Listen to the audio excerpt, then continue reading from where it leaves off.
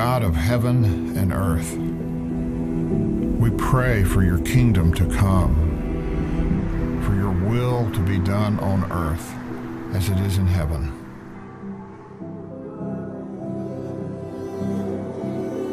Teach us to see our vocations and occupations as woven into your work in the world this week.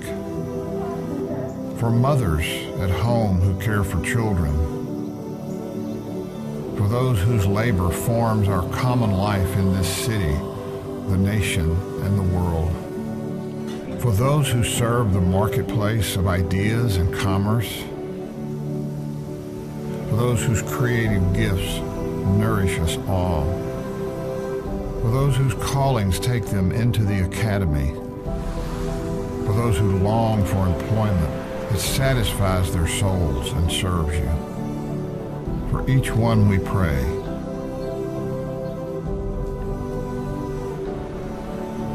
Asking for your great mercy.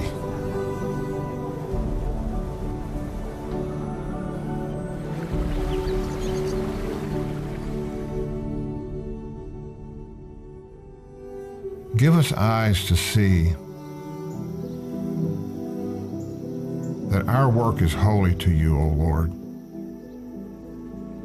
even as our worship this day is holy to you. In the name of the Father, the Son, and the Holy Spirit. Amen.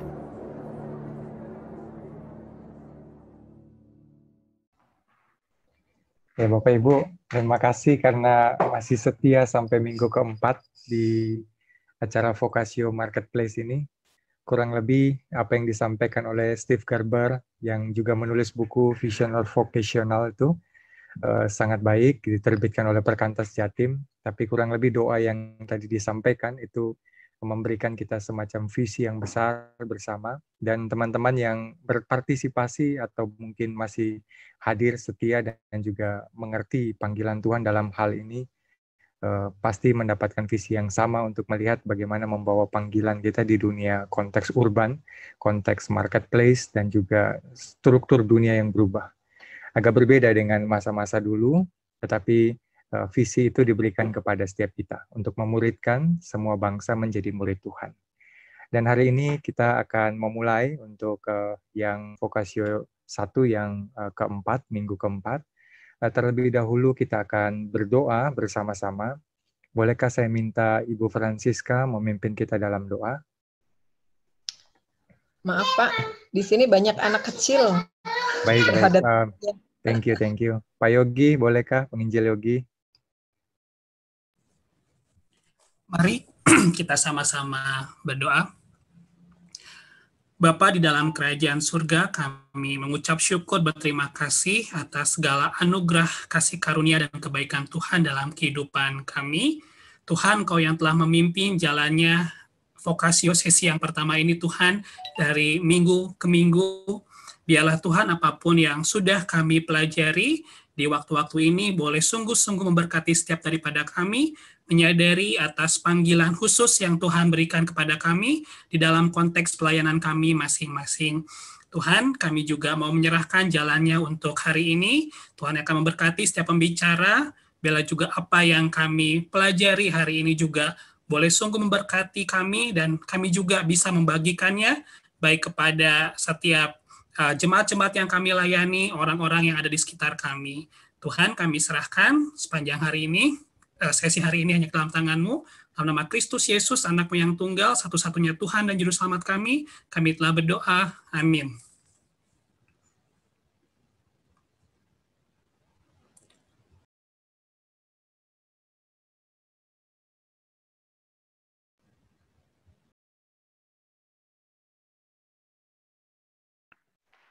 Kami mic-nya belum dibuka. Terima kasih penginjil Yogi. Maafkan ya, itu mic-nya unmute. Yang pertama, saya ingin memperkenalkan dulu pembicara-pembicara hari ini. Mungkin pembicaranya bisa menyapa hai begitu supaya muncul di screen layar yang besar ini gitu ya. Jadi yang pertama ini Pak Sutrisna, saya rasa sudah kenal ya. Beliau adalah Ketua dan Rektor di STT Bandung. Yang kedua adalah pendeta panjangnya, I Gede Puji Arsyantoso, MTH, gitu ya. Pendeta juga di GKIM Gloria Bandung. Ya, jadi Pak Puji, oh ini, nah itu bisa lihat ya. Jadi terus yang ketiga ini Pak Ray Stephen, sarjana ekonomi, MMin, ya, juga alumni sebenarnya program Marketplace Ministry. Jadi memang ini 3 pembicara yang sangat concern di dalam marketplace. Tetapi hari ini karena topiknya spiritualitas, maka ini sangat berhubungan. Jadi bagaimana korelasi antara spiritualitas dan juga dunia marketplace. Pak Ray juga masih aktif di dunia marketplace sampai hari ini. Tidak ingin jadi pendeta, Pak Ray. Baik, Bapak Ibu, itu saja perkenalan dari kita. Posisi kita peserta 57 hari ini, berharap bisa sampai seperti minggu-minggu kemarin, 8283. Biarlah menjadi berkat untuk kita sekalian. Kepada pembicara pertama, Pak Sutrisna, silakan untuk memulai. Nanti setelah itu dilanjutkan Pak Puji, setelah itu Pak Ray, nanti setelah itu tanya jawab. Hari ini kita ada breakout room ya, nanti saya akan informasikan di bagian belakang. Terima kasih, selamat melayani, Tuhan memberkati kita. Selamat pagi, Bapak Ibu, teman-teman semua. Saya akan memulai menghantar dengan beberapa hal, mengapa spiritualitas penting untuk kehidupan di dunia kerja dan misi di dunia kerja, kemudian seperti apa spiritualitas yang perlu tumbuh, kemudian secara garis besar menghantar bagaimana mengembangkan atau menumbuhkan spiritualitas untuk kehidupan marketplace. Nanti itu merupakan penghantar saja. Nanti Pak Puji selanjutnya akan menolong kita masuk lebih dalam tentang pentingnya disiplin rohani untuk kehidupan marketplace, dan Pak Ray akan menjelaskan lebih lanjut tentang pentingnya komunitas untuk menjalani kehidupan di marketplace. Saya akan share screen.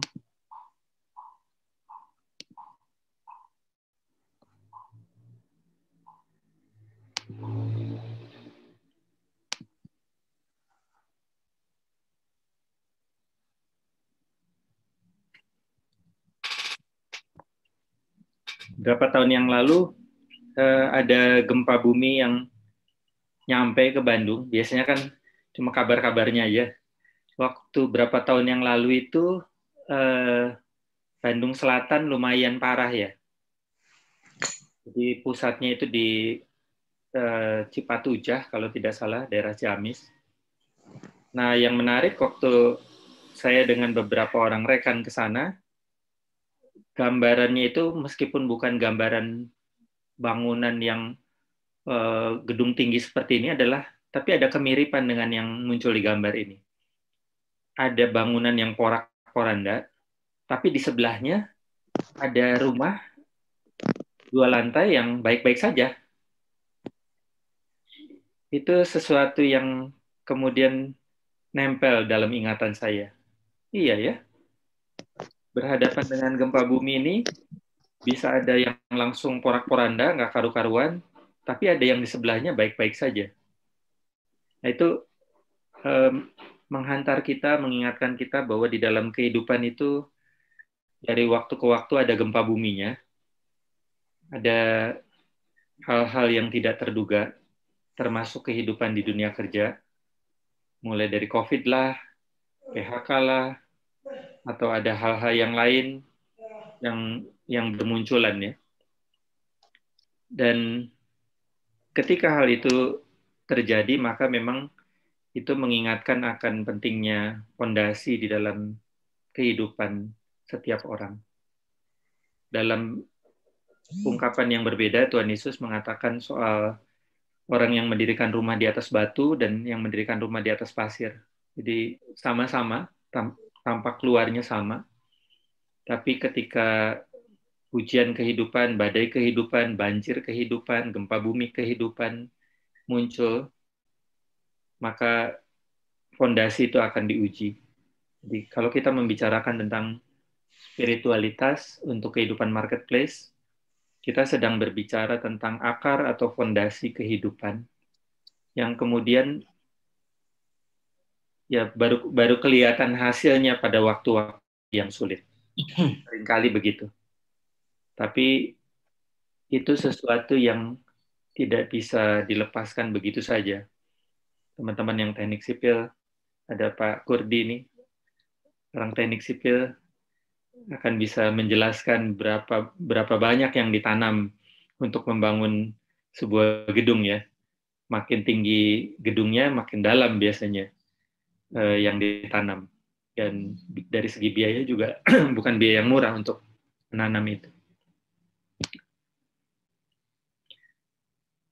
Nah, kalau dikaitkan dengan teman-teman yang sedang memasuki dunia kerja, maka dalam beberapa tahun pertama itu saya memberi istilah culture shock. Sebagian pindah ke lingkungan yang baru, harus adaptasi dengan lingkungan yang baru.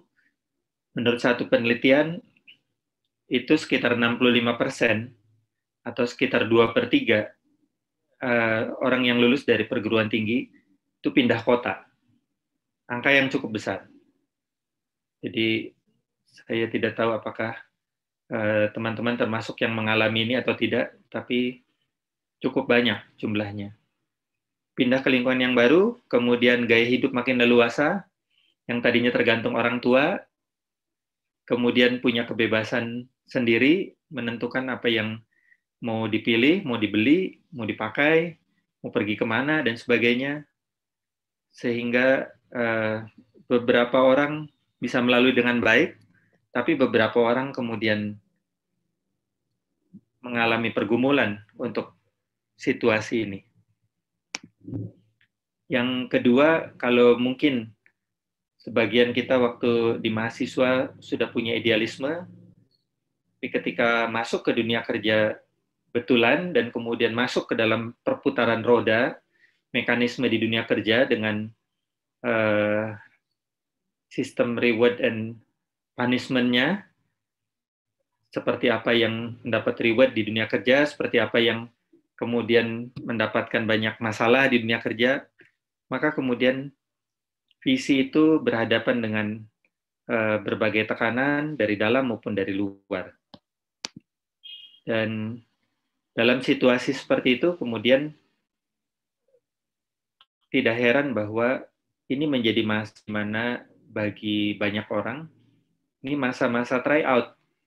Jadi try out bukan hanya waktu mau masuk perguruan tinggi, tapi try out memasuki kehidupan di dunia kerja dengan membawa pertanyaan yang mendasar.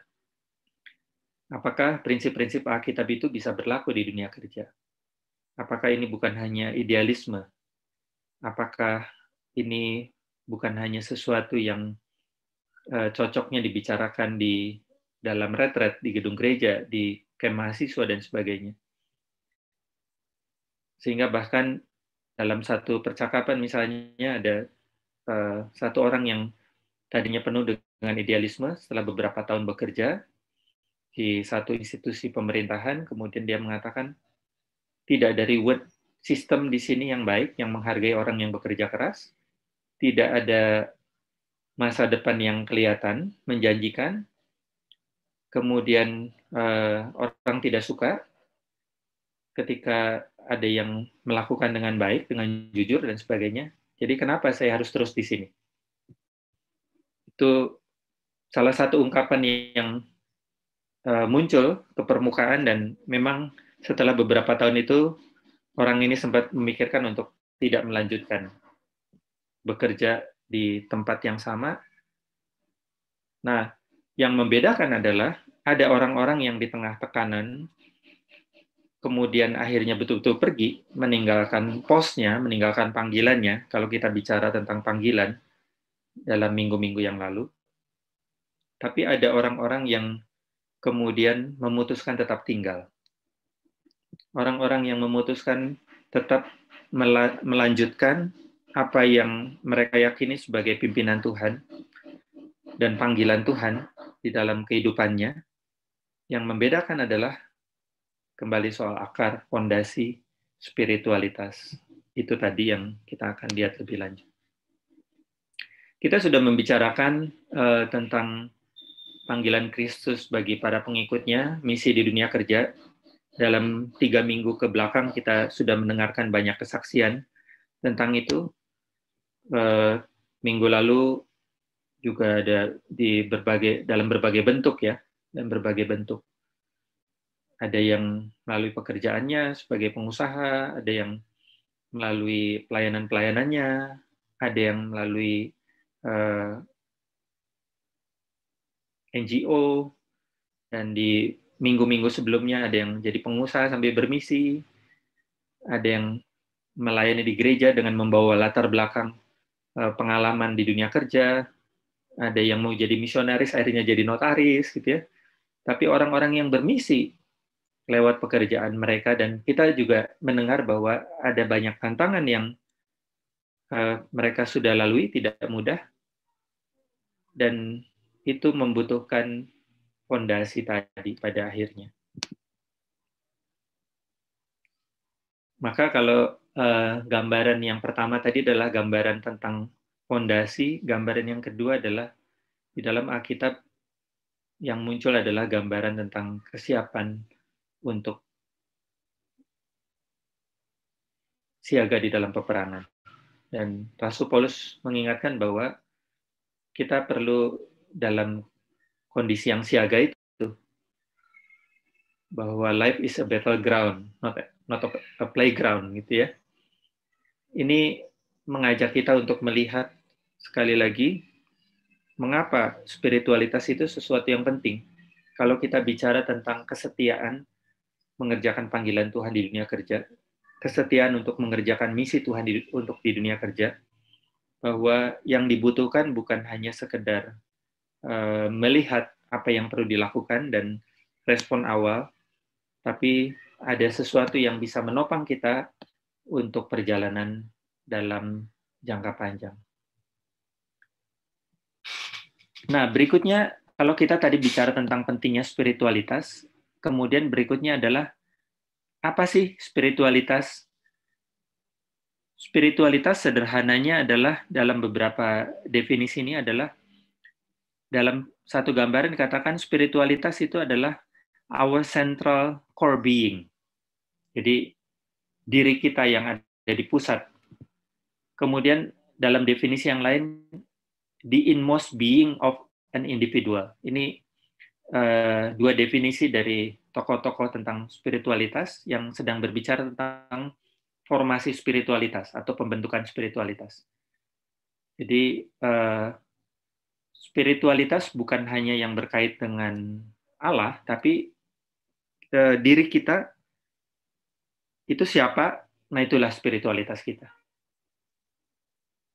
Ketika segala sesuatunya tidak ada, siapa diri kita? Itulah spiritualitas. Inner being yang tidak terlihat namun terwujud dalam perkataan, sikap, dan tindakan kita.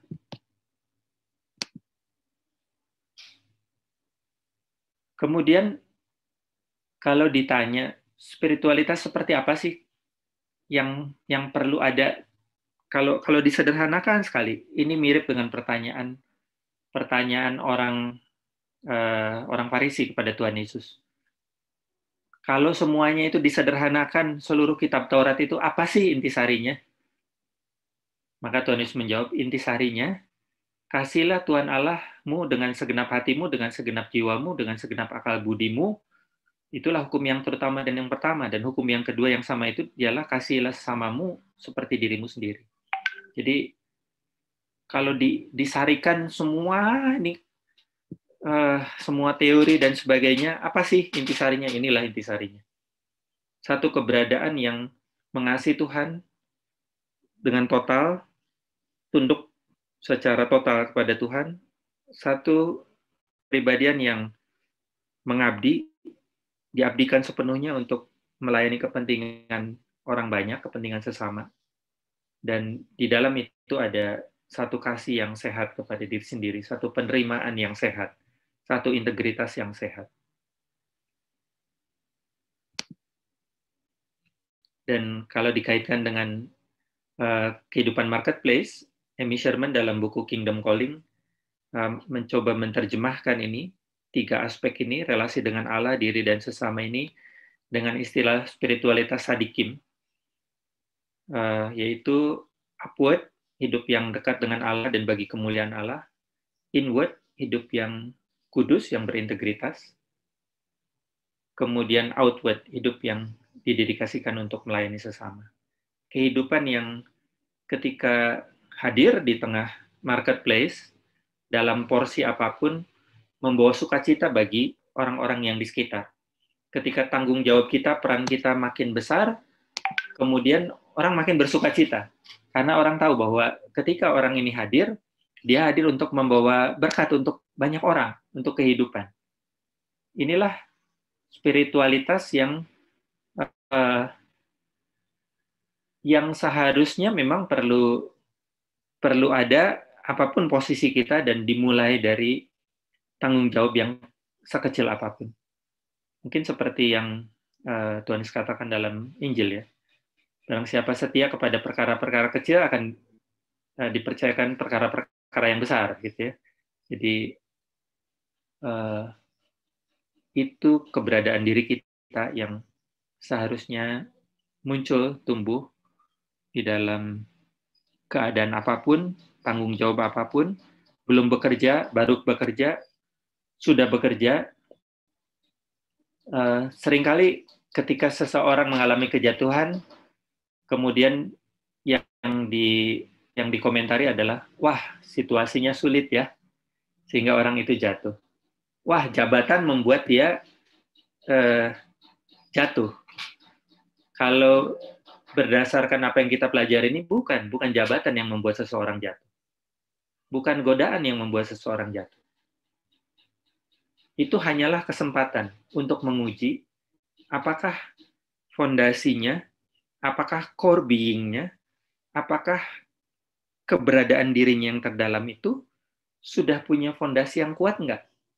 Sudah punya dedikasi kepada Tuhan yang kuat nggak? Sudah punya integritas yang kuat nggak? Sudah punya ketulusan pengabdian yang kuat nggak? Nah, kalau kemudian itu semua ada, maka keadaan-keadaan luar itu seringkali hanya membuktikan, menguji, mematangkan, bukan menjatuhkan. Kemudian catatan yang berikutnya bahwa seperti yang dikatakan oleh Dayton ini, salah seorang tokoh pendidikan, dia mengatakan spiritual formation is our central core being transformed into something quite different. It is not just an outward change, but a metamorphosis from one form to another new and better one.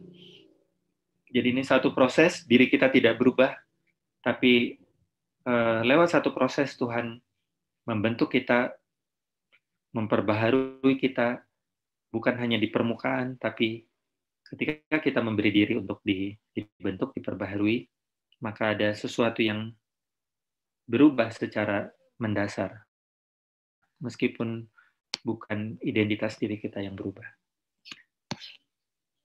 Dan bagaimana cara Tuhan membentuk spiritualitas kita? Dalam satu buku, salah satu tokoh disiplin rohani, Donald Whitney, mengatakan ada 3 cara. Melalui diri sendiri, itulah nanti disiplin rohani, akan dibahas lebih lanjut. Kemudian melalui sesama, manusia menajamkan manusia, besi menajamkan besi, manusia menajamkan sesamanya. Itu nanti akan dikembangkan lebih lanjut soal komunitas oleh Pak Ray. Dan melalui keadaan, itu tidak bisa kita kendalikan. Yang bisa adalah respon kita yang bisa kita kendalikan, balik lagi ke soal disiplin rohani. Bagaimana kita melatih diri untuk merespon keadaan-keadaan tidak terduga, baik, buruk, dengan baik. Tapi itu sesuatu yang tidak bisa sepenuhnya kita kendalikan, dan dalam hal ini Roh Kuduslah yang menjadi penolong kita. Ya, ini hanya sekilas, nanti sangat banyak, nanti Pak Puji akan tuntun kita ke dalam hal-hal tertentu yang sangat relevan dengan kehidupan di dunia kerja. Kemudian tentang komunitas, bukan semua komunitas akan menolong, tapi ada ciri-ciri komunitas yang akan menolong. Salah satu yang kita coba kembangkan lewat Marketplace Fellows ini adalah seperti satu mentoring community. Meskipun teman-teman yang mentor tahu bahwa kita sedang sama-sama berjuang ya, tidak mulus prosesnya, tapi kita sedang berjuang mewujudkan itu. Dan di dalam setting di gereja kita masing-masing, di pelayanan kita masing-masing, kita punya kesempatan untuk mengembangkan lebih lanjut. Ya, saya mengakhiri dengan ini, tentang bahwa pada akhirnya spiritualitas itu bukan sesuatu yang tergantung sepenuhnya pada diri kita, tetapi seperti Tuhan Yesus katakan, tinggallah di dalam aku dan aku di dalam kamu. Maka buah itu akan muncul. Jadi buah itu muncul bukan karena kita berusaha mati-matian, tapi buah itu muncul ketika kita setia untuk tinggal di dalam Kristus, dan Kristus mengerjakan banyak hal yang tidak bisa kita kerjakan. Baik, demikian sebagai pengantar, dan saya serahkan selanjutnya kepada Pak Puji. Baik, terima kasih Pak Sutrisna. Ya, kita bersyukur ya, kita sudah mendengar dan juga belajar sebuah frame ya tentang spiritualitas yang tadi sudah disampaikan oleh Pak Sutrisna, dan saya percaya ini menolong kita untuk semakin memiliki satu pemahaman yang benar ya tentang bagaimana seharusnya kita sebagai anak-anak Tuhan memiliki satu fondasi yang kuat, yang kokoh, khususnya kita yang berada di marketplace ya. Tadi yang menarik ya, spiritualitas adalah our central core being ya, bukan hanya bicara kita dengan Allah, tetapi bagaimana ya diri kita sendiri itu nampak ya, menyatakan kehidupan spiritualitas kita, sesuatu yang tidak terlihat tapi nyata dalam perbuatan dan perkataan. Ya, ini hal yang menarik. Tidak terlihat tetapi orang bisa melihat melalui perkataan kita, melalui tingkah laku kita, dan setiap apa yang kita lakukan. Nah, saudara yang kasih dalam Tuhan, bicara tentang spiritualitas dalam dunia kerja, mungkin bagi sebagian besar orang ini satu yang nampak begitu asing, bahkan mungkin aneh gitu ya. Ketika kita bicara spiritualitas, biasanya kita langsung mengasosiasikan atau memikirkan ini berkaitan dengan pelayanan, berkaitan dengan dunia gereja, dunia ministry, dan sebagainya, ya, yang ada kaitannya dengan kegiatan di gereja. Sehingga secara umum, ya, seperti yang juga sudah disampaikan dalam pertemuan-pertemuan sebelumnya, ada semacam pemisahan atau dikotomi antara working days, ya, hari-hari bekerja, ya, dari Senin sampai Sabtu, dengan spiritual day. Ya, hari Minggu itu dianggap sebagai spiritual day, ya, hari khusus di mana kita betul-betul bicara tentang hal-hal yang rohani. Sehingga ada semacam tembok pemisah ya antara hari-hari bekerja dengan hari-hari di mana kita betul-betul memfokuskan hidup kita berelasi dengan Tuhan. Nah, dikotomi itu yang sering kali terjadi, sehingga ada istilah Kristen tomat ya. Jadi tobat hari Minggu, tapi kumat hari lain ya. Hari lain menggunakan cara-cara dunia, prinsip-prinsip dunia, tapi hari Minggu nampak begitu rohani dan juga betul-betul nampak begitu dekat dengan Tuhan, tapi hari lain nampak begitu jauh dengan Tuhan. Soalnya sebenarnya ibadah itu ya, itu adalah ibadah yang seharusnya kita hidupi sehari-hari. Ya, setiap hari itu adalah ibadah, ya, daily worship. Itu yang harus kita pahami, kita jalani dalam kehidupan kita sebagai umat Tuhan, ya, anak Tuhan. Ini yang berharap dan saya percaya melalui teologi kerja, melalui vokasi yang sudah kita pelajari dalam pertemuan sebelumnya, banyak hal yang sudah kita terima dan dibukakan ya, pemahaman kita tentang dua hal ini yang sebenarnya tidak bisa dipisahkan ya satu dengan yang lain. Soal panggilan hidup kita sebagai orang percaya, ya, itu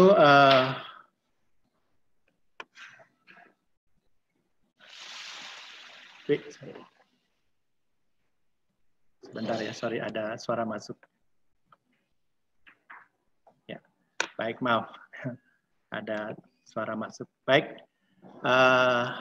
Panggilan kita sebagai orang percaya, Bapak Ibu, itu sekali lagi seperti apa yang dituliskan di dalam bagian firman Tuhan ini, ya, 2 Korintus 5 ayat 9 sampai 10.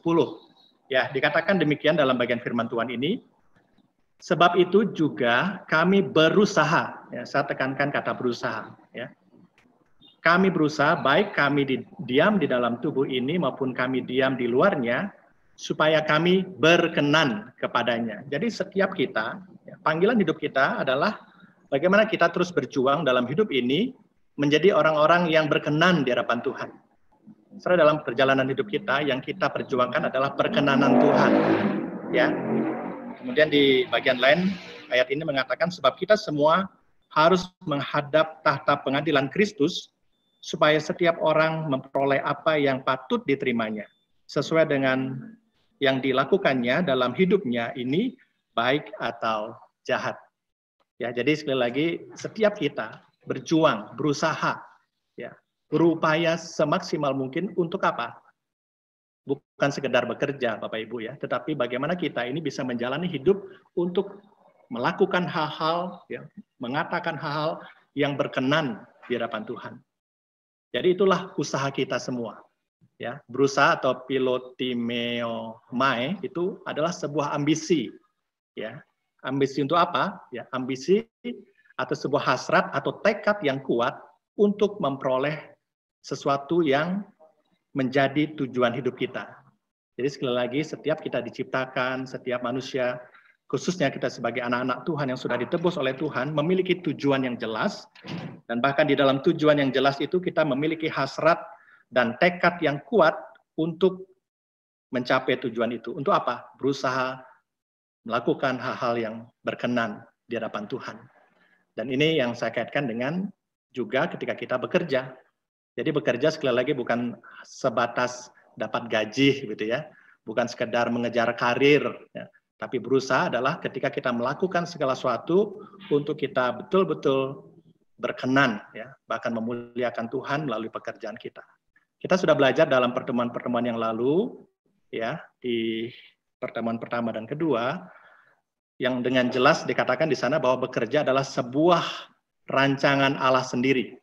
Jadi saya ulangi, bekerja, ya, kita bekerja, kita memiliki profesi, itu adalah sebuah rancangan Allah sendiri, ya. Bahkan itu adalah sebuah calling, ya, sebuah vokasi yang Tuhan berikan kepada setiap kita secara khusus, secara unik. Jadi panggilan saudara dan saya, setiap kita yang hadir dalam Zoom ini pasti unik, pasti berbeda. Dan itu yang Tuhan taruhkan, Tuhan berikan kepada setiap kita. Dan dalam vokasi kita, dalam pekerjaan kita, setiap kita seharusnya memiliki kerinduan untuk benar-benar berkenan. Jadi sekali lagi bagian ini yang saya rindu kita betul-betul tanamkan bersama-sama. Kita mau bekerja, mau beraktivitas supaya kita melakukan apa yang berkenan kepada Tuhan dan apa yang kita lakukan sungguh-sungguh memuliakan nama Tuhan. Nah, sekarang pertanyaannya bagaimana kita bisa bekerja dan menjalani profesi kita sesuai rancangan Tuhan? Bagaimana supaya apa yang kita lakukan ini betul-betul merupakan penggenapan dari rancangan Allah atas hidup kita, ya. Dan saya percaya setiap kita yang hadir ini kan profesinya macam-macam begitu ya. Ada yang di dunia hospitality mungkin, ada yang di dunia marketing, ya, ada yang di pendidikan, ada yang di bisnis, macam-macam begitu ya. Tapi saya percaya bahwa dimanapun kita berada, Tuhan memanggil kita dalam hal yang sama, bahwa tempat kita bekerja harus menjadi tempat di mana kita bisa memuliakan Tuhan di dalamnya. Ya. Nah, pertanyaannya, bagaimana caranya? Bagaimana caranya supaya ketika kita bekerja, apapun profesi kita sungguh-sungguh bisa melakukan hal-hal yang menyenangkan Tuhan. Ya. Itu yang menjadi tujuan kita. Ya. Nah, setelah tidak ada cara lain, ya, bahwa kita akan bisa betul-betul melakukan itu kalau kita sungguh-sungguh, ya, melakukan dan juga menjaga hidup kita tetap di dalam pengudusan, ya, hidup benar, hidup kudus. Nah, bagaimana caranya? Ya, pengudusan itu, Bapak Ibu, bisa kita dapatkan kalau kita terus menjalin relasi kita dengan Tuhan. Ya, kita memiliki disiplin rohani, ya, kedekatan hubungan kita dengan Tuhan. Karena di dalam firman Tuhan mengatakan bahwa pengudusan itu hanya bisa kita dapatkan melalui doa dan firman. Ya, doa menjadi wujud kita terus membangun relasi kita, menyelaraskan kehendak kita dengan kehendak Tuhan. Ya, jadi kita mau supaya apa yang Tuhan rancang dalam hidup kita itu tergenapi, dan kita mau menundukkan diri kita kepada otoritasnya Tuhan. Sehingga ketika kita bekerja ya dengan keras, kita kerja dengan seluruh ya kemampuan kita melakukan kerja dengan sepenuh kekuatan kita terus dijagai ya, karena kita terus berusaha mengerti dan menangkap apa yang sebenarnya Tuhan mau dalam kehidupan kita dan juga profesi kita. Kemudian di samping doa adalah firman. Ya, firmanlah yang terus boleh menjaga, menguduskan kita. Jadi setiap kali kita mendengar firman, apa yang Tuhan nyatakan, nah itulah yang kita coba kaitkan atau kita hubungkan dengan profesi atau pekerjaan yang kita lakukan. Surah Yohanes 17 ayat 17, firman Tuhan ini mengatakan demikian, kuduskanlah mereka dalam kebenaran, firman-Mu adalah kebenaran. Jadi sekali lagi ketika kita terus membangun relasi dengan Tuhan ya dalam doa kita ya sebelum bekerja kita berdoa, dalam masa kita bekerja juga kita terus bawa pekerjaan kita dalam doa, setelah kita bekerja kita juga mengucap syukur kepada Tuhan dan menyerahkan apa yang kita lakukan ke dalam tangan Tuhan. Kemudian juga kita menyelaraskan seluruh aktivitas pekerjaan kita sesuai dengan firman yang kita sudah dengar begitu ya. Jadi itulah yang menguduskan kita. Ya, kuduskanlah hidup kita, kuduskanlah pekerjaan kita dalam kebenaran. Firman-Mu, ya kata firman Tuhan, adalah kebenaran. Ya, jadi saya percaya, ya, kita yang sudah mendengar banyak firman, setiap firman apapun yang kita dengar itu bisa, ya, kita pakai sebagai tolok ukur, ya, atau ada istilah kalibrasi. Ya, kalibrasi itu menyelaraskan ya setiap hal itu dikembalikan, diukur kembali apakah benar enggak setiap langkah kita. Dikalibrasi itu artinya diselaraskan ya. Seperti sebuah jam Bapak Ibu ya, kadang-kadang jam itu kan enggak selalu tepat begitu ya. Kadang-kadang mundur ya berapa detik, bahkan sampai makin lama 1 menit, 5 menit gitu ya. Jam itu kan kadang-kadang sudah tidak firm lagi gitu ya, tidak sesuai dengan yang seharusnya. Nah itu perlu dikalibrasi, disesuaikan lagi supaya tepat seperti yang seharusnya. Nah hidup kita juga seperti itu. Firman berfungsi untuk mengkalibrasi hidup kita supaya kembali selaras dengan apa yang Tuhan kehendaki. Nah inilah yang perlu kita lakukan, bukan hanya kerja keras ya dengan fisik kita, dengan tenaga kita, bukan hanya kerja smart, bukan hanya kerja ikhlas ya, kerja tuntas, tapi kerja antusias dalam pengertian kita semangat bekerja, tetapi entheos ya di dalam Tuhan ya, ada Tuhan dalam hidup kita, dalam pekerjaan kita ya, entheos ya di dalam Tuhan ya, melalui doa dan firman yang kita lakukan setiap saat. Nah itu yang sama kita pelajari dan kita renungkan pada saat ini. Nah soal pekerjaan kita seharusnya menjadi tempat kita melayani Tuhan Yesus. Ya, jadi sekali lagi pekerjaan kita dimanapun ya, bukan hanya bicara melayani di gereja, tapi tempat kerja kita, marketplace kita harus menjadi tempat kita melayani Tuhan Yesus. Tempat kita bekerja harus merupakan tempat ibadah kita, ya, daily worship kita itu di marketplace kita. Ya, ini yang perlu kita tanamkan dalam pikiran kita sebagai orang-orang yang Tuhan panggil. Vokasi kita dimanapun kita bekerja, dimanapun kita menjalankan profesi kita. Jadi harus menjadi ibadah kita dan kita menaruhkan pelita kita untuk menjadi saksi Tuhan ya di tempat kerja kita. Pekerjaan kita merupakan tempat yang terbaik untuk bersaksi ya bagi Yesus dan melayaninya. Bahkan saudara kalau kita lihat marketplace itu menjadi ladang yang sangat luas ya untuk sungguh-sungguh kita menyatakan pekerjaan Tuhan dengan begitu dahsyat dan luar biasa. Ya, bahkan firman Tuhan kalau kita lihat dalam Matius 5 ayat 16 mengatakan demikianlah hendaknya terangmu bercahaya di depan orang, ya, bukan hanya di depan jemaat Bapak Ibu ya. Terang kita harus bercahaya di depan orang banyak ya, dimanapun, di tempat kerja kita, di masyarakat, bukan hanya di lingkungan gereja yang terbatas. Supaya mereka melihat perbuatanmu yang baik dan memuliakan Bapamu yang di surga. Ya, kemudian diperlukan hidup berkemenangan ya. Jadi sekali lagi battle kita tadi Pak Sutrisna mengatakan battle kita tuh justru peperangan kita di marketplace ya. Dalam pekerjaan itu, sebab orang-orang tidak mengenal Tuhan, yang tidak mengenal Tuhan sedang memperhatikan. Sebagian besar orang di tempat kerja tidak begitu tertarik pada soal surga atau neraka. Apa yang mereka ingin ketahui adalah bagaimana bekerja dengan berhasil. Jika mereka melihat kemenangan dalam hidup kita, mereka pasti ingin tahu apa penyebabnya. Ya, kemudian sebagai orang Kristen, kita perlu melihat bahwa pekerjaan sehari-hari kita memiliki arti yang kekal. Ya, jadi sekali lagi kita kadang-kadang nggak menyadari ya pekerjaan itu sebatas profesi, sebatas ruang lingkup kerja kita, begitu ya. Tapi mau nggak kita ya melalui Vokasio ini kita bersama-sama diajak memikirkan bahwa ada nilai-nilai kekal ya, yang Tuhan sedang ajarkan kepada kita juga melalui profesi dan pekerjaan yang kita lakukan. Sebab kita harus memberi pertanggungjawaban kepada Tuhan ya pada harinya kelak. Saya bersyukur ya sudah ya sebelum saya betul-betul full di dalam pelayanan kurang lebih 16 tahun Bapak Ibu saya ada di marketplace. Jadi tamat SMA saya bekerja ya kurang lebih 16 tahun di hospitality ya di sebuah hotel ya saya di dunia perhotelan dan itu mulai karirnya dari bawah ya. Dari laundry ya tukang cuci baju jadi doorman begitu ya tukang buka pintu mobil kemudian pintu hotel gitu. Jadi hotel tempat saya bekerja tuh hotel bintang 5 pertama di Bandung.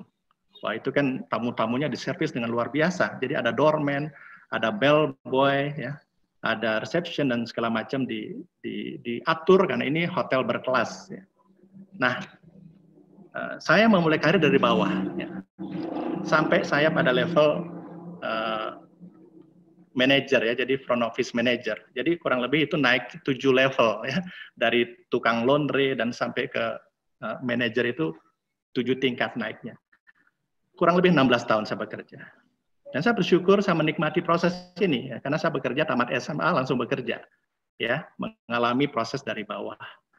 Sampai satu saat saya bersyukur ya, di dalam kemurahan Tuhan saya akhirnya bisa menjadi the best employee ya di tempat kerja di mana saya bekerja dan itu akhirnya saya ya dengan pertolongan Tuhan dengan pimpinan Tuhan saya diutus di unit saya di Bandung.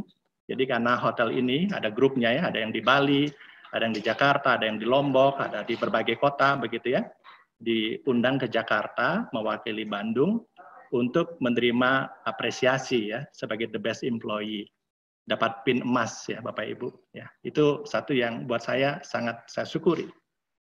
Nah, Saudara, ini sedikit cerita supaya kita punya semacam gambaran bahwa di situ pun kita bisa jadi berkat.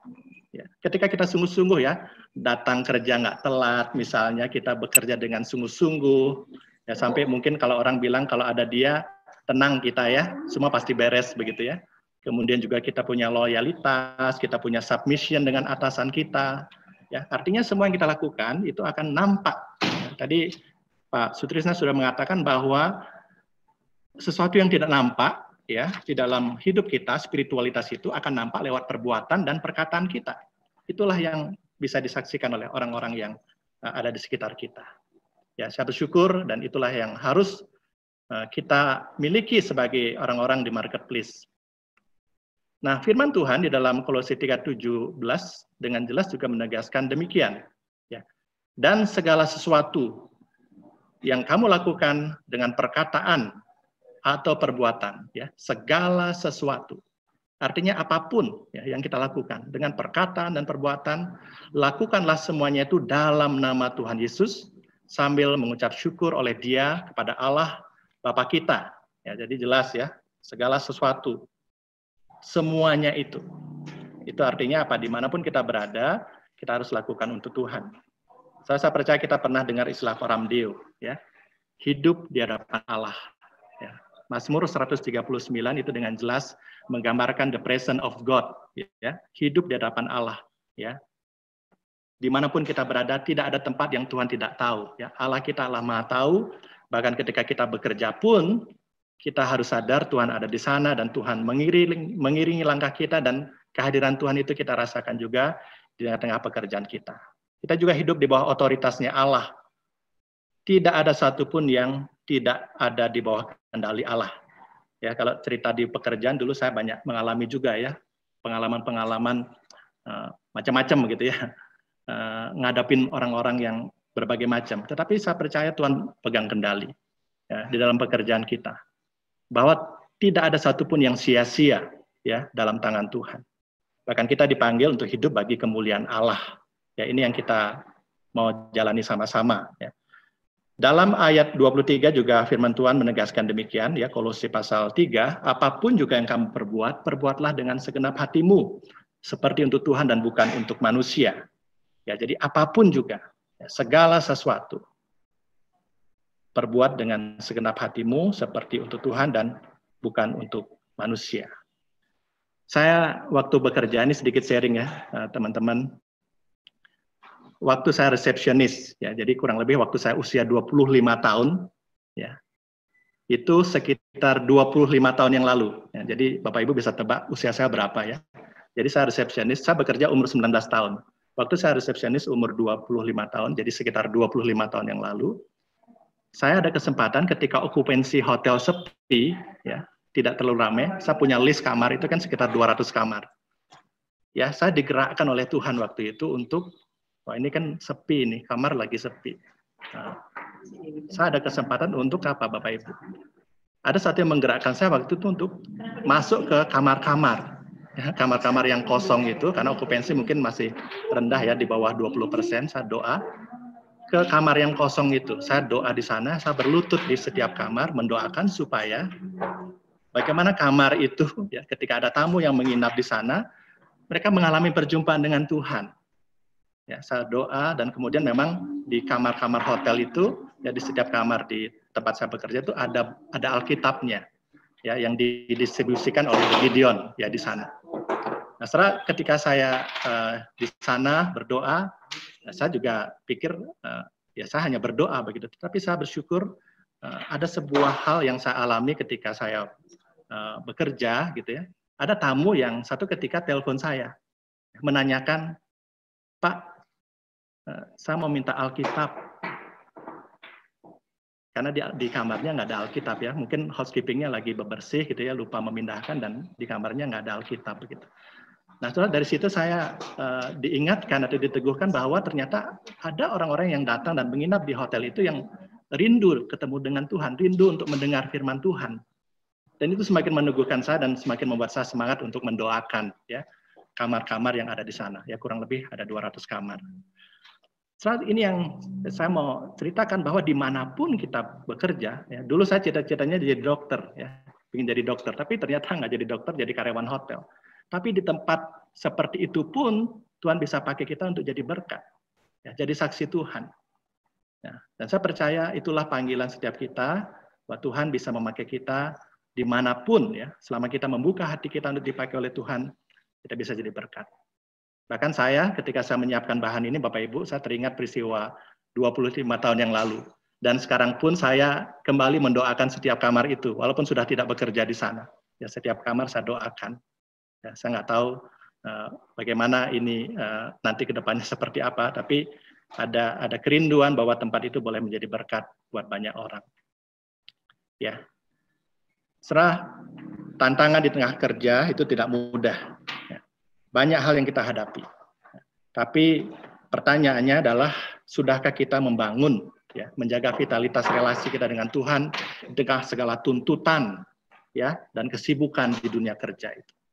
Ini sebuah perenungan buat kita. Ya. Secara pribadi, apakah kita juga menjalankan disiplin rohani, ya, sehingga kita dapat menjalankan misi yang sesuai dengan apa yang Tuhan mau ya di tengah-tengah pekerjaan kita. Kemudian apakah kita membangun disiplin rohani agar kita senantiasa merasakan kehadiran Tuhan dalam dunia kerja. Jadi sekali lagi, Tuhan hadir ya, di pekerjaan kita, dalam seluruh kehidupan kita, dan dalam profesi kita. Dan dimanapun kita berada, saya percaya ya, Tuhan bisa memakai kita untuk menjadi alat ya, menjadi kesaksian, dan melalui kehidupan kita sungguh-sungguh kemuliaan Tuhan dinyatakan. Baik, terima kasih. Demikian yang bisa saya sharingkan. Kiranya boleh menjadi berkat buat kita semua. Tuhan memberkati. Saya serahkan selanjutnya ke Pak Ray untuk melanjutkan yang materi selanjutnya. Iya, baik. Terima kasih Pak Puji. Terima kasih Pak Sutrisna. Ini saya sangat terbantu ya. Saya percaya rekan-rekan di sini juga terbantu ya dengan penjelasan, pemaparan yang sangat sederhana tentang spiritualitas dalam dunia kerja. Dan ada bagian yang akan saya sharingkan selama kurang lebih 15 menit ke depan. Tapi izinkan 1 menit pertama untuk saya boleh ceritain sedikit tentang background, karena di sini kita marketplace ministry. Saya perlu untuk memberikan gambaran sederhana di mana area di marketplace tempat Ray ini melayani.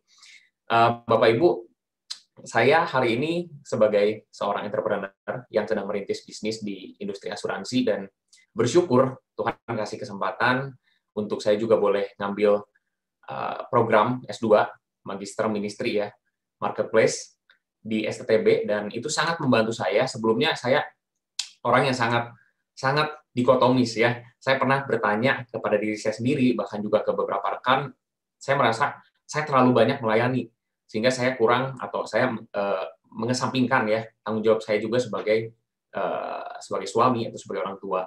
Tapi di sisi lain juga saya ngerasa, apakah saya terlalu banyak bekerja? Kadang-kadang kalau nggak pelayanan di gereja tuh jadinya merasa bersalah. Mungkin ada juga yang ngerasa kayak gitu ya. Nah, akhirnya saya dirombak ya, seperti bengkel gitu ya, di STTB. Saya dibenerin gitu kan, mindset-nya dikasih pengertian bahwa, oh iya, ternyata pekerjaan saya juga adalah pelayanan kepada Tuhan. Dan di situ saya sangat bersyukur dan percaya banget bahwa program Vokasio ini juga boleh membantu kita. Dan waktu saya lagi ada di marketplace, Bapak Ibu ya, sehari-hari ketemu nasabah, ketemu klien, atau ketemu partner bisnis, saya teringat ada satu pertanyaan ya yang sebetulnya ditanyakan oleh beberapa orang di waktu yang berbeda. Tapi pertanyaan ini beberapa kali masuk dan jadi perenungan buat saya.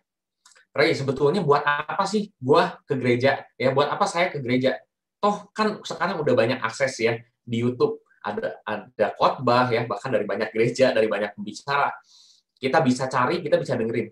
Kalau perlu untuk ibadah minggu, ya di situ aja dengerin.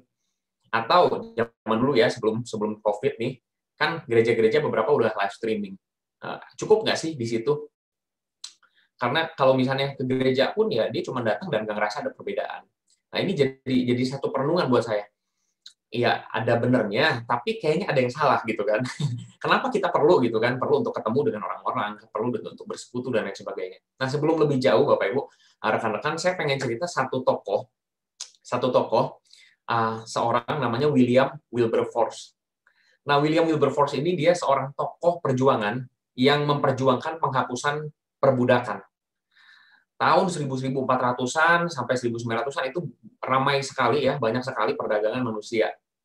Dan orang-orang negro, orang-orang Afrika, mereka tuh diperjualbelikan layaknya seperti komoditas-komoditas lainnya. Diambil secara paksa dari Afrika, entah lewat perang, entah diculik dan lain sebagainya. Dibawa ke Amerika, dibawa ke Eropa. Ya, di mana negara-negara Eropa dan negara-negara Amerika kebanyakan negara-negara Kristen, Bapak Ibu, ya. Tapi ini terjadi.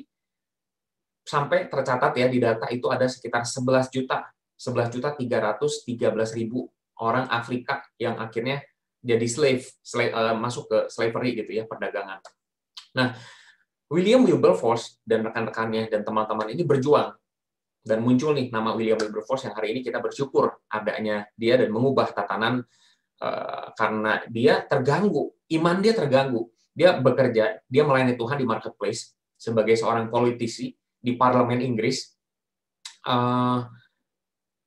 sampai akhir hidupnya. Dan perjuangannya itu bukan sembarangan, Bapak Ibu. Kurang lebih sekitar 40 tahun, lama banget ya. Nah, tapi yang menarik adalah kenapa saya cerita ini, karena di balik apa yang hari ini kita lihat dari ceritanya William Wilberforce, ada orang-orang yang menopang hidupnya. Ada orang-orang yang berperan penting dalam hidupnya. Ya, saya cuma catat beberapa nama aja karena saya coba baca beberapa biografinya beliau dan juga nonton filmnya, ada bisa diakses juga, Amazing Grace nama judul filmnya. William ini di awal-awal hidupnya Bapak Ibu, mereka William ini nggak langsung tiba-tiba kenal Tuhan dan jadi orang yang militan dan melayani Tuhan di marketplace, nggak kayak gitu Bapak Ibu. Seperti mungkin sebagian kita atau kebanyakan orang-orang Kristen hari ini ya menjalani kehidupan just ya udah jalanin aja, kerja aja gitu kan. Sampai akhirnya satu waktu dia mau trip, dia mau perjalanan karena dia salah satu keturunan bangsawan juga.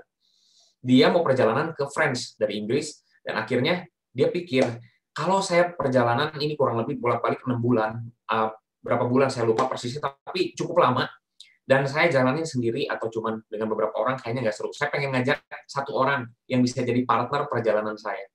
Tapi dia pikir-pikir, dipilah-pilah, karena kalau salah pilih orang itu menderitanya berbulan-bulan. Ya. Kita bisa bayangin pergi 3 hari, 7 hari, pergi bareng sama orang yang nggak nyambung, diajak ngobrol di jalan nggak enak, bercandanya beda, dan lain sebagainya. Kebayang ini berbulan-bulan ya di kuda gitu kan bareng sama kereta gitu ditarik gitu kan, zaman itu begitu ya kira-kira transportasinya, pastinya nggak seru. Jadi dia betul-betul selektif dan akhirnya muncullah satu namanya Isaac Miller. Nah, Isaac Miller ini akhirnya jadi teman perjalanan, dan selama perjalanan Bapak Ibu kita percaya ini Tuhan udah atur sedemikian rupa sehingga mereka terlibat dalam diskusi-diskusi yang membahas tentang firman Tuhan, membahas tentang Alkitab, dan di situ William dibukakan betul-betul, diberikan pengertian bahwa oh ternyata kekristenan seperti ini ya. Kok beda banget dengan situasi yang dia lihat saat ini. Dia ada di negara Kristen, tapi kenyataan-kenyataannya nggak seperti yang prinsip-prinsip Kristiani. Nah, di situ dia terlibat diskusi, deep conversation, sampai akhirnya berujung pada deep spiritual conversion. Disitulah titik perubahan di mana William Wilberforce betul-betul menjadi Kristen yang mau untuk belajar lebih dalam, lebih jauh tentang firman Tuhan.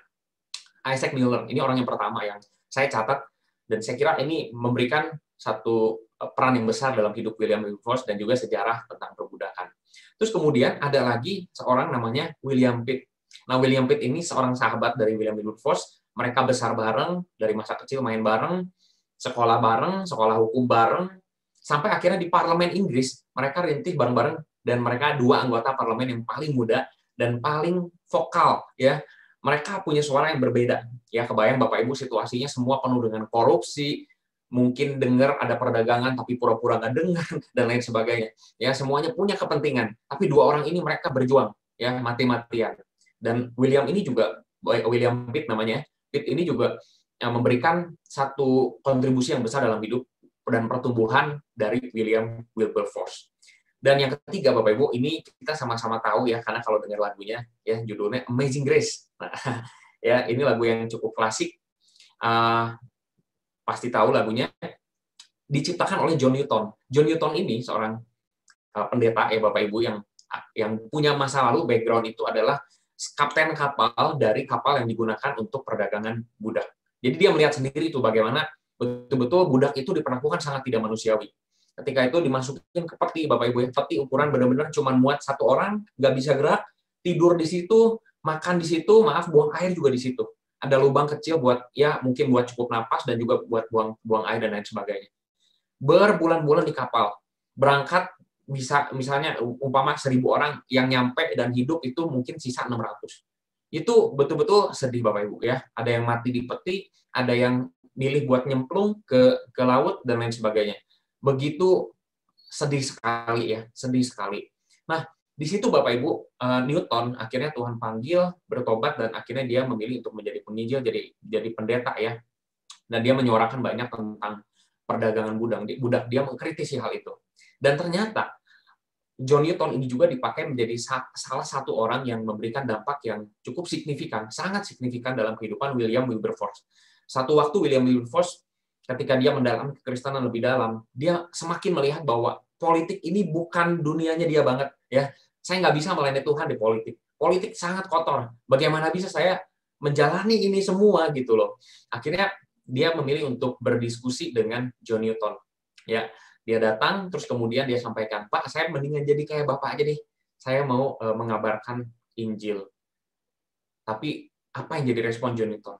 Dia nggak bilang gini, "William, bagus banget, kita lagi butuh tenaga baru ya untuk regenerasi, untuk bisa, ayo kita bareng-bareng ya di sini di gereja misalnya, di organisasi gereja dan sebagainya." Tapi Pak Newton ini dia paham betul bahwa William, Tuhan udah tempatkan kamu di sana, di politik. So, layani Tuhan di politik.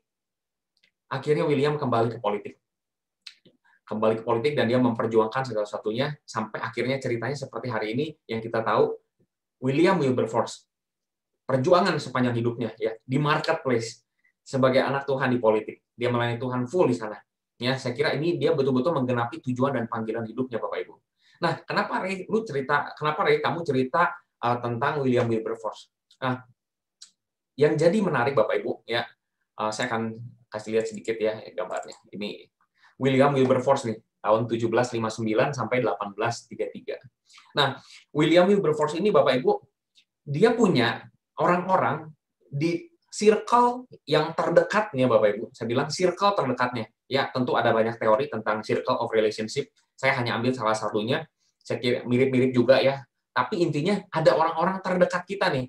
Entah itu keluarga, entah itu intimate relationship yang warna biru tua, ya, atau mungkin yang warna hijau Bapak Ibu. Ya, selebihnya dari itu mungkin cuma sebatas kenal, rekan kerja dan lain sebagainya. Tapi kita perlu nih ada orang-orang di lingkaran-lingkaran terdekat kita. Intimate, orang-orang yang first call ya, orang-orang yang pertama yang kita telepon pada saat kita ada krisis, kita ada masalah, kita telepon dia dulu. Jadi di area ini Bapak Ibu, ya saya lihat dalam kehidupan William Wilberforce, dia punya orang-orang yang tepat.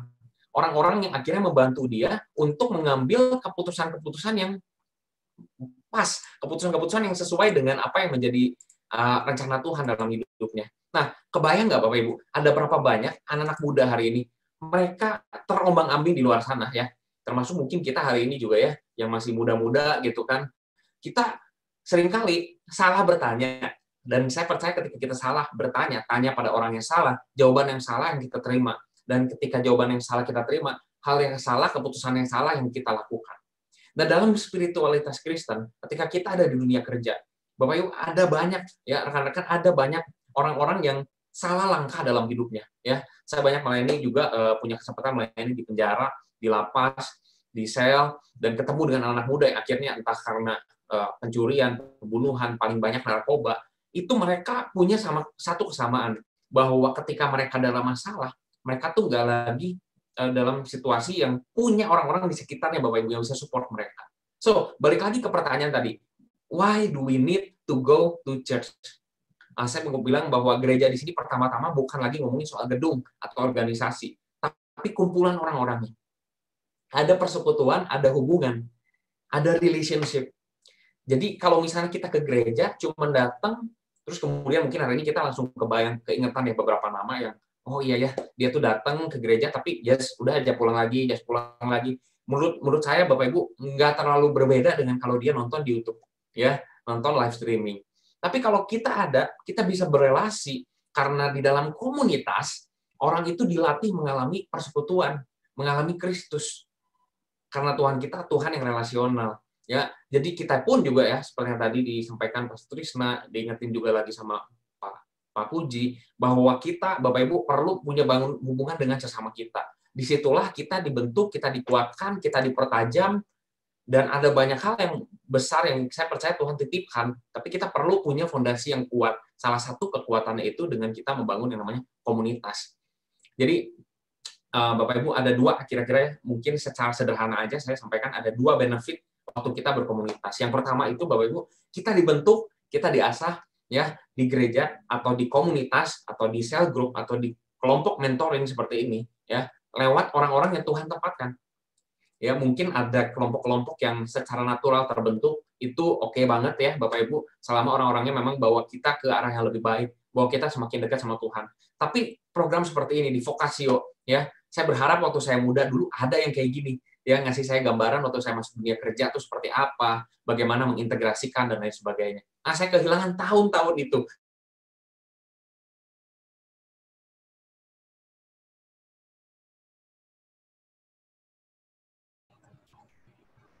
Sepertinya jaringannya putus.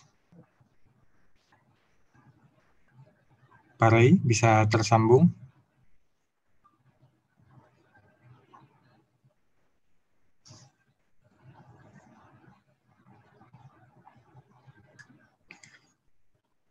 Baik Bapak Ibu, kayaknya jaringannya tidak stabil di tempat Parei. Pak Sutrisna, ini suara bisa masuk, Pak Sutrisna? Bisa, Pak? Oh bisa, berarti betul jaringan hanya di Parei. Ya, kelihatannya Baik, begitu. nanti sambil menunggu Parei, Tahun-tahun yang berharga. Oh ini, masih nyambung. Parei tadi putus. Ya, langsung terputus Bapak Ibu ya. Silakan. Terhubung kembali. Oke, kita lanjutin sedikit lagi Bapak Ibu ya. Tinggal 1 menit lagi di countdown timer saya Bapak Ibu. Jadi saya lanjutkan. Nah, jadi saya bersyukur ada orang-orang yang mengingatkan, Rey jangan begini, ini nggak boleh begini, ini nggak etis, ini nggak baik. Nah, kita coba apply, kita coba aplikasikan prinsip-prinsip Bible, prinsip-prinsip firman Tuhan di industri, di bisnis yang sedang kami jalani. Nah, disitulah Bapak Ibu saya merasakan bahwa, oh iya ya, ternyata dengan adanya komunitas, kita tuh bisa saling ngingetin, kita tuh bisa saling ngasih tahu. Ya. Nah, ini jadi satu part yang penting. Kita perlu orang-orang yang secara jujur boleh menegur kita, ngasih tahu sama kita. Nah, yang kedua Bapak Ibu, kita perlu juga satu komunitas yang bisa menerima kita, ya, menerima kita, menghargai kita, dan karena basically gitu ya, semua manusia itu ingin dihargai, ingin diterima, ingin menjadi bagian. Nah, saya mau kasih lihat ada satu video ya Bapak Ibu, izinkan saya share screen. Video ini memberikan gambaran kira-kira sebetulnya kayak gimana sih ya bentuk penerimaan.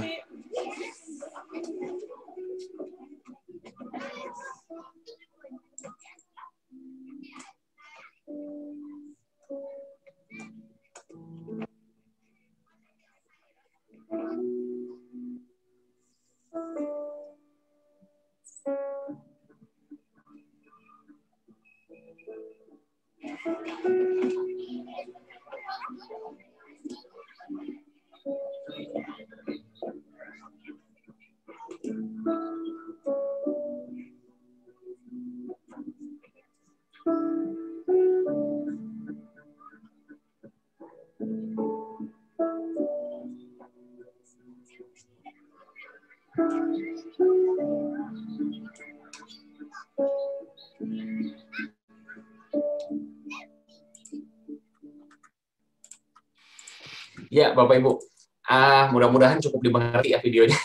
Videonya singkat 1 menit, Bapak Ibu, tapi di situ digambarin ada seorang anak yang dia nggak punya lunch, dia nggak punya makan siang, yang mungkin entah apa nggak diceritain, tapi dia nggak punya bekal gitu. Dan akhirnya dia pura-pura izin ke belakang buat cuman sekedar minum aja air putih dari keran. Dan dia tahu dia nggak punya makanan. Akhirnya dia balik lagi, dia mau beresin tempat bekalnya, tapi pas dia mau beresin itu dia ngerasa ada isinya, dan ketika dia buka ternyata teman-temannya itu isiin tempat bekalnya. Nah Bapak Ibu, saya kira ini satu contoh yang sederhana. Ketika hari ini kita bergereja, kita mungkin ada di gereja, bahkan mungkin banget kita pelayanan, ya. Tapi kita miss nih orang-orang yang kayak tadi si anak kecil ini. Sayang banget Bapak Ibu, sayang banget. Karena apa? Justru esensi ya yang menjadi disebut yang namanya gereja, yang namanya persekutuan, yang namanya komunitas, yang mana ini adalah bagian penting dari spiritualitas Kristen yang mendukung kita di dunia kerja. Itu adalah ketika kita bisa berelasi. Ada orang-orang yang perlu diingetin, ada orang-orang yang perlu dikasih tahu, ya. Ada orang-orang yang, kalau Bapak Ibu nonton film Joker ya, Joker tuh dulunya tadinya baik, tapi karena dia nggak punya komunitas yang bagus, nggak ada orang yang ngasih tahu, jadinya ngaco tuh, jadi musuhnya Batman kan gitu. Saya ingat juga ada Simpson ya Bapak Ibu ya. Simpson orang yang kita tahu juga dia adalah Nazir, tapi kenapa di akhir hidupnya bisa seperti itu Bapak Ibu? Mungkin ya Bapak Ibu ya, nggak diceritakan sih. Tapi saya kira kalau ada orang-orang di sekitarnya yang bisa kasih tahu sama Simpson, Son nggak gitu, Son. Ini nggak bagus, ini jangan dilakukan dan sebagainya. Mungkin ya Bapak Ibu saya nggak tahu, tapi nggak terjadi seperti itu. Jadi bayangkan Bapak Ibu, satu dunia, satu gereja atau satu komunitas, orang-orang terdekat kita itu mereka aman karena dijagain. Bukan cuma karena mereka punya hubungan yang baik dengan Tuhan, tapi ada orang-orang yang secara real bisa nyampein firman Tuhan sama mereka, ngasih tahu mereka ketika mereka salah, dan ketika mereka butuh untuk dikasih tahu. So, itu aja Bapak Ibu tambahan, mudah-mudahan bisa memberikan gambaran kenapa komunitas itu penting dalam perjalanan spiritualitas kehidupan Kristen. Saya kembalikan kepada Pak Romi atau Pak Sutrisna untuk kita sama-sama ikuti Q&A ya. Terima kasih. Baik, terima kasih. Puji Tuhan untuk materi yang sudah bisa disampaikan Pak Sutrisna, Pak Puji, dan juga Pak Ray. Terima kasih, saya menggarisbawahi beberapa hal. Tadi Pak Sutrisna memberikan penekanan bahwa ini dibutuhkan, karena ini semacam pondasi untuk bisa bertahan ataupun terus membangun hidup di atasnya.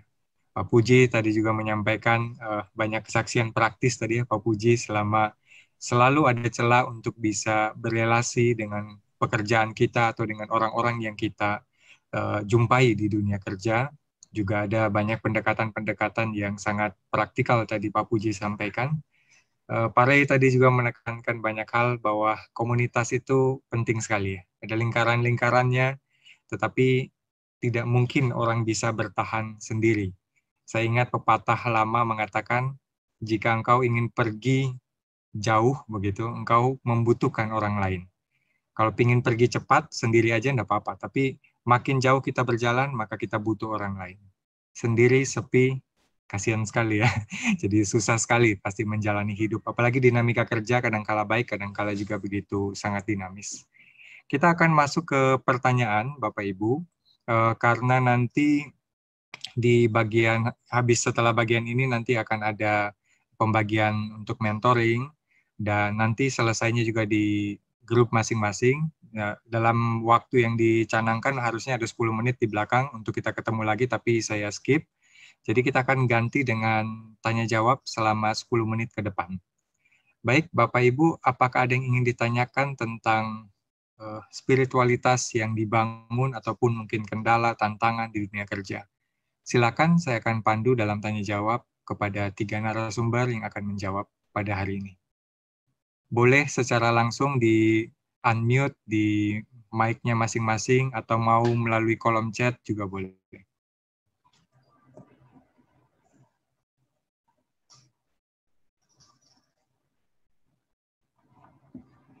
Silakan Bapak Ibu.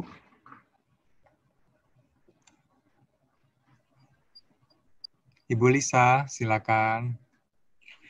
Saya mau tanya kepada Kak Sutrisna dan Pak Puji ya.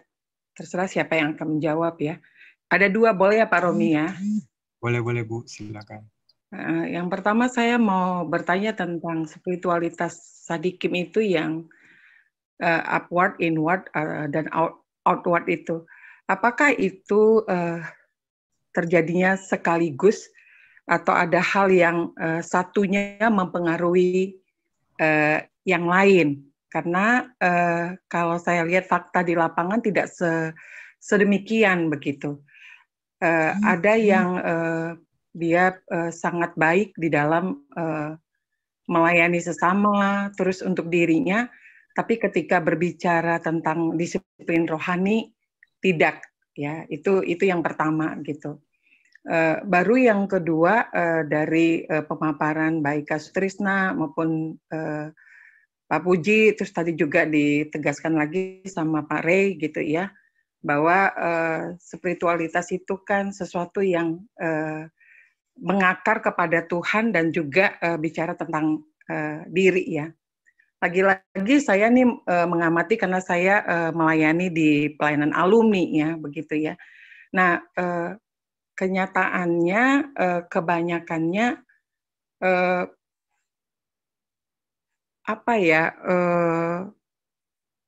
tidak terjadi seperti yang ini kan kita berbicara yang seharusnya ya pada hari ini gitu ya.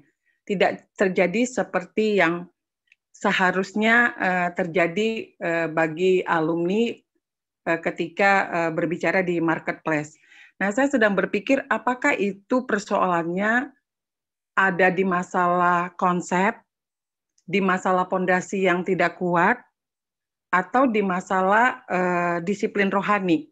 Karena ada juga alumni yang tidak kuat menghadapi tekanan. Akhirnya berpindah-pindah pekerjaan bukan karena sesuatu yang dia yakini Tuhan pimpin, tapi karena tekanan gitu.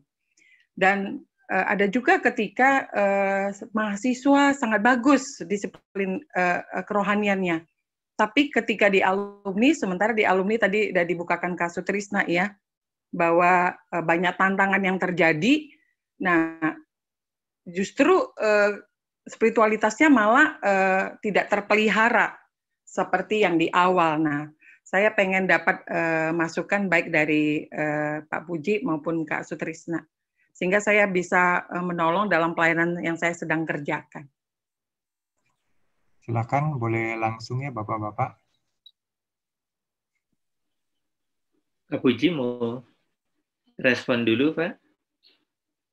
Silakan Pak Sutrisna dulu. Baik, saya coba respon dulu ya. Kalau begitu. Tadi pertanyaannya yang pertama itu apakah begitu saja atau memang itu satu proses? Begitukah pertanyaannya kurang lebih?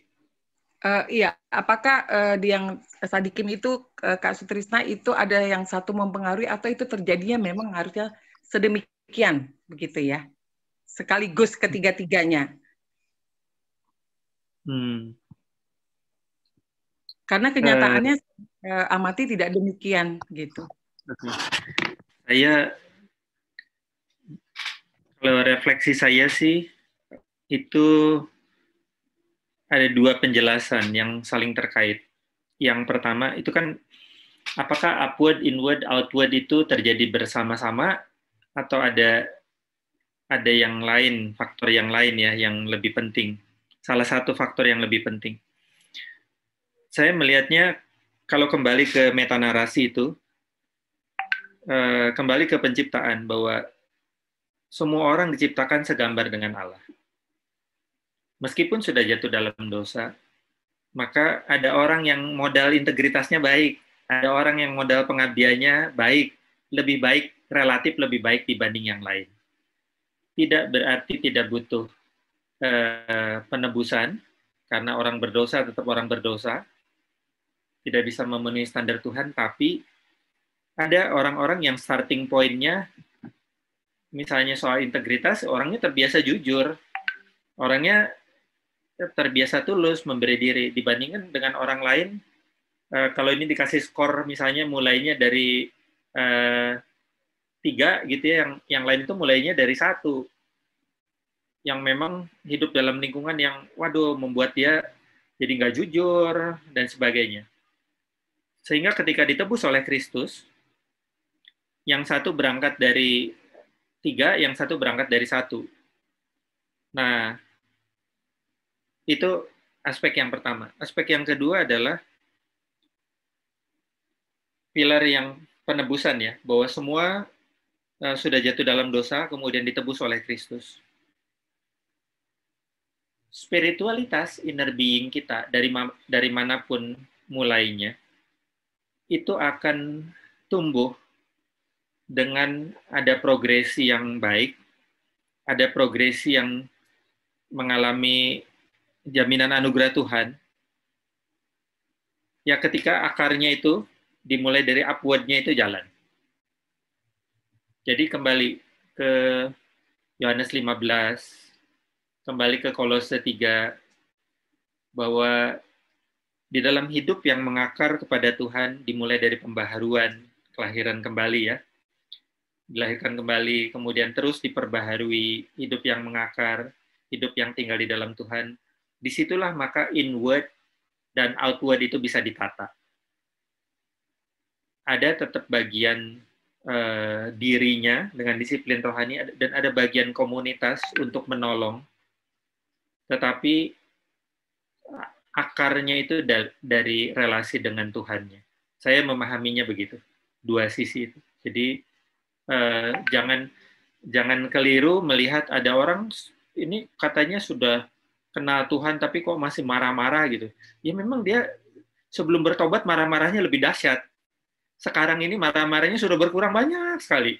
Tapi dibandingkan orang lain yang nggak terlalu marah-marah, dia kelihatan kok kayaknya masih sama marah-marah gitu. Dilihatnya terhadap dirinya. Gitu mungkin respon singkat saya. Terima kasih.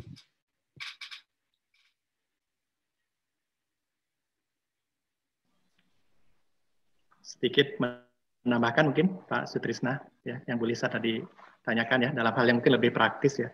Tadi kalau tadi dikatakan, saya punya konsep nggak dulu waktu bekerja ya. Tadi kan apakah konsep, fondasi, atau disiplin rohani. Mungkin dulu karena masih muda dan tidak ada yang ngajarin, konsepnya juga belum terlalu clear ya. Tentang bagaimana kita harus di dunia kerja seperti apa. Karena tamat SMA langsung bekerja begitu ya. Tapi saya percaya fondasi itu penting. Ya. Ketika saya punya komunitas tadi yang Pak Ray juga sampaikan, khususnya di gereja ya. Saya dulu di GKI Taman Cibuno itu punya ya ada KTB-nya, ada komisi pemuda, sempat juga jadi ketua komisi pemuda. Jadi komunitas itu menolong ketika terjun di marketplace itu menjaga ya relasi dengan Tuhan yang terbangun itu, dan juga kesadaran bahwa tujuan keberadaan itu ya, tujuan keberadaan kita itu memang harus jadi berkat gitu ya. Itu teraplikasi ketika kita ada di marketplace. Jadi memang fondasi itu hal yang mendasar ya. Membangun disiplin rohani pribadi itu juga menjaga. Walaupun kalau diceritain ya tantangan di dunia kerja banyak sekali ya. Orang minta komisi misalnya yang markup bill begitu ya, itu wah banyak banget ya kasus-kasus tertentu yang saya hadapi di dunia kerja itu banyak sekali. Nah, tapi bagaimana kita tetap bisa menjaga itu? Bahkan ini contoh lain misalnya manfaat atau bagaimana komunitas itu menjadi satu yang betul-betul dirasakan menjaga kita ya sebagai seorang anak Tuhan di marketplace itu. Saya pada saat itu ya tahun 2000 kurang lebih bangun persekutuan di gereja di tempat kerja ya di tempat kerja bikin persekutuan orang Kristen ya. Jadi kita bikin Natalan, kita bikin persekutuan setiap seminggu sekali begitu ya. Ketika mereka Jumatan kita ada persekutuan begitu. Karena saling menjaga ya di tengah-tengah pekerjaan. Dari 300 karyawan lebih kita yang Kristen kurang dari 10. Ya 300 karyawan kita cuma 10, tapi bagaimana ini saling menjaga gitu. Nah itu saya dapat ketika di gereja, kita tularkan itu juga di tempat kerja. Ya. Nah saya kira itu semua ada korelasinya ya, jadi saling menjaga. Bahkan saya dapat pasangan hidup istri juga satu kantor, itu berkat lain ya. Jadi istri saya juga sama-sama kerja di sana dan ya itu saya kira hal-hal positif yang perlu kita bangun sama-sama. Jadi mungkin itu tambahan yang bisa saya sampaikan. Terima kasih. Baik, Bapak Ibu, terima kasih untuk pertanyaan dan juga jawaban dari Bapak-Bapak. Ada 5 menit, bolehlah saya tambah 5 menit. Ada yang mau tanya terakhir? Apakah ada?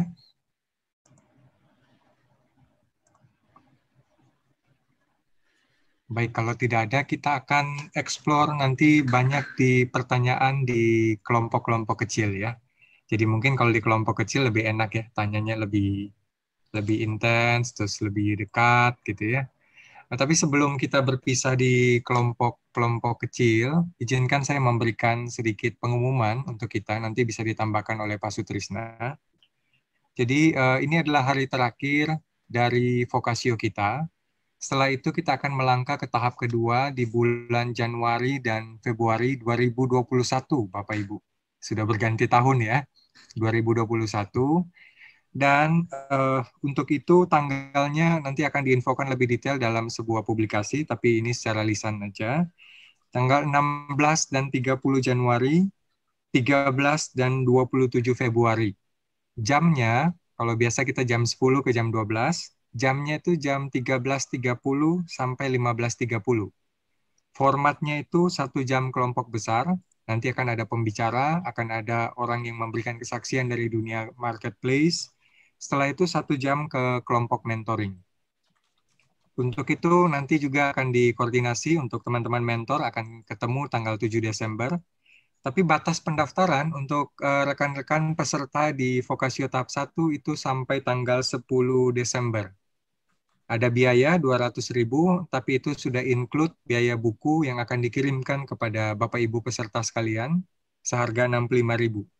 Lalu nanti kalau tanggal 10 ternyata peserta belum mencukupi dengan target 50 peserta, asumsinya 10 kelompok, 1 kelompok mentoring itu 5 orang, maka akan dibuka sampai 20 Desember. Kita akan memasukkan peserta dari luar Vokasio 1. Nanti tentunya dengan beberapa persyaratan, nanti akan nonton video rekaman dan lain sebagainya. Kurang lebih itu saja. Nanti akan dikirimkan form untuk pendaftaran ulang. Nanti teman-teman silakan bisa bergabung. Kami sangat rindu bisa bergabung karena nanti formatnya akan berbeda sekali. Akan banyak bimbingan secara mentoring di kelompok-kelompok mentor itu. Pak, Dari saya itu saja, Pak Sutrisna, ada tambahan? Pak Romi, sepertinya ada pertanyaan di chat. Pertanyaan di chat, sorry saya lihat Ibu cek dulu Melinda ya. Ibu Melinda. Sebagai seorang staff submission royalties. Oke, baik ya. Untuk pengumuman itu saja. Sebentar ada tambahan Pak Sutrisna supaya saya rasa cukup, Pak. Cukup ya. Nanti akan ditegaskan dalam bentuk publikasi lanjutan, Pak ya. Ya, mengundang teman-teman untuk segera prioritas diberikan kepada teman-teman sampai tanggal 10 Desember ya. Setelah itu siapa daftar duluan dia yang akan masuk. Ya. Baik. Ini sebelum berpisah bolehkah dijawab Bapak-bapak ini pertanyaannya dari Ibu Melinda Ayu? Sebagai seorang staf, submission, dan loyalis kepada atasan juga bisa menjadi cara, tanda petik, untuk menjadi berkat di tempat kerja. Namun bagaimana apabila atasan adalah atasan yang tidak ideal? Wah, ini pertanyaan yang sangat konteks banget ya. Mulai dari pola kerja dan pola pikir yang bertentangan dengan nilai Kristiani, apa yang harus dilakukan? Silakan ya, mungkin 3 narasumber bisa memberikan respon yang singkat, padat, dan jelas. Terima kasih. Silakan Pak Rey. Pak Rey, boleh Pak Rey, ini pasti punya atasan juga ya. Ya, ini memang nggak gampang pertanyaan ini. Thank you, Bu Mei. Ya, saya pikir memang batasan-batasannya sih yang memang kadang-kadang jadinya nggak gampang ya. Tapi kalau saya lihat beberapa prinsip otoritas ya memang sejauh tidak bertentangan dengan apa yang menjadi prinsip-prinsip firman Tuhan ya kita ikuti. Tapi kalau misalnya memang sudah terlalu ini, saya kira kita perlu menyampaikan ya dengan hikmat tentunya pola kerja seperti apa, pola pikir apa yang memang tidak bisa kita lakukan. Nah, ini memang batasannya sekali lagi batasannya tidak mudah. Tapi kalau misalnya memang itu udah jelas-jelas bertentangan, saya kira tidak masalah sih untuk kita sampaikan. Karena kalau sampai akhirnya kita memang tidak lagi dipekerjakan di situ, ya mungkin memang ada tempat yang lain yang Tuhan lagi arahkan kita sih. Seperti itu mungkin jawaban sederhana yang saya nggak tahu nih apakah memuaskan, tapi lengkapnya nanti Pak Sutrisna akan sampaikan. Thank you. Setuju. Silakan Pak Sutrisna. Setuju. Ini malah Pak Puji kayaknya punya pengalaman di lapangan nih banyak ini. Ya, sedikit aja. Salah satunya saya pernah punya JM itu mereka beliau itu sangat dia memang alirannya beda begitu ya, sangat percaya dengan hal-hal yang mistis, hal-hal yang jadi kalau apa-apa itu harus ada bubur merah, bubur kuning gitu ya. Jadi padahal JM gitu, tetapi karena memang dia punya keinginan seperti itu, semuanya diarahkan ke sana. Nah, ini juga hal yang tidak mudah ya. Kalau hal-hal yang lain yang masalah pola kerja kita bisa diskusi, tetapi hal seperti ini kan prinsip begitu. Jadi biasanya ya kita sampaikan posisi kita ya, apa yang kita yakini ya, artinya tentu dengan cara yang baik ya, bahwa saya orang Kristen, saya percaya seperti ini, dan prinsip-prinsip Kristiani kita sampaikan, dan artinya di depan manajemen yang lain ya, karena itu biasanya itu sampai malam-malam, tengah malam begitu ya. Jadi kita dibawa ikut polanya dia begitu. Nah, saya kira ada hal yang kapan kita harus tegas ya, walaupun dengan cara yang baik ya, kapan kita bisa berdiskusi untuk hal-hal yang sifatnya lebih ke strategi bekerja ya, pola bekerja itu bisa dibicarakan begitu. Tapi dengan begitu akhirnya mereka juga bisa mengerti dan kita bisa tetap kerjasama dengan baik sih. Selama ini begitu. Ada hal-hal misalnya, ini satu contoh lagi ya, double bill, markup bill. Jadi memang ada aturan-aturan yang disepakati, tetapi kalau sudah lewat dari itu ya kita sampaikan ya. Kalau itu tidak sesuai ya bill fiktif misalnya begitu ya, itu akan kita alami ya. Tapi sekali lagi setelah dia tahu kita orang Kristen, kita pegang prinsip tertentu, mereka biasanya nggak berani terlalu vulgar begitu. Ya, makasih. Krisna mau tambahkan? Sudah cukup kayaknya, sudah mantap itu. Ya. Baik, nanti bisa dieksplor di kelompok-kelompok ya, kita bisa sharing dalam banyak hal. Kita akan masuk ke breakout. Pak Daniel IT bisa menolong kita. Nanti teman-teman bisa pencet breakout, nanti tutup di kelompok masing-masing. Kalau mau buat janjian di tengah minggu juga itu baik sekali ya. Terima kasih kepada narasumber. Tuhan memberkati, menghantar kita ke dalam diskusi-diskusi kelompok. Sampai ketemu lagi, diharapkan bisa bergabung di Vokasio tahap kedua nanti.